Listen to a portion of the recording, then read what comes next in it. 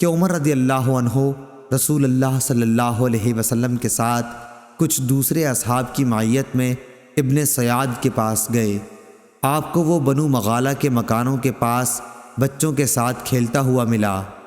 ان دنوں ابن سیاد جوانی کے قریب تھا۔ اسے حضور صلی اللہ علیہ وسلم کے آنے کی کوئی خبر ہی نہیں ہوئی، لیکن آپ صلی اللہ علیہ وسلم نے اس پر اپنا ہاتھ رکھا تو اسے معلوم ہوا۔ پھر آپ صلی اللہ علیہ وسلم نے فرمایا، اے ابن سیاد، کیا تم گواہی دیتے ہو کہ میں اللہ کا رسول ہوں؟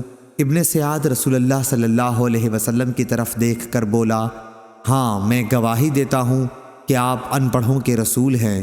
پھر اس نے نبی کریم صلی اللہ علیہ وسلم سے دریافت کیا، کیا آپ اس کی گواہی دیتے ہیں کہ میں بھی اللہ کا رسول ہوں؟ یہ بات سن کر رسول اللہ صلی اللہ علیہ وسلم نے اسے چھوڑ دیا اور فرمایا، میں اللہ اور اس کے پیغمبروں پر ایمان لایا۔ پھر آپ صلی اللہ علیہ وسلم نے اس سے پوچھا کہ تجھے کیا دکھائی دیتا ہے؟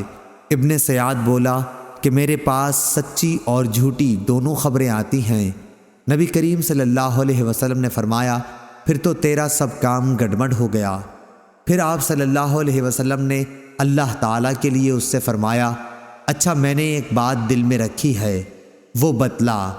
آپ نے سورہ دخان کی ایک آیت کا تصور کیا۔ ابن سیاد نے کہا، وہ دخ ہے۔ آپ صلی اللہ علیہ وسلم نے فرمایا، چل دور ہو، تو اپنی بساط سے آگے کبھی نہ بڑھ سکے گا۔ حضرت عمر رضی اللہ عنہ نے فرمایا، یا رسول اللہ، مجھ کو چھوڑ دیجئے، میں اس کی گردن مار دیتا ہوں۔ آپ صلی اللہ علیہ وسلم نے فرمایا، اگر یہ دجال ہے تو اس پر غالب نہ ہوگا، اور اگر دجال نہیں ہے تو اس کا مار ڈالنا تیرے لیے بہتر نہ ہوگا۔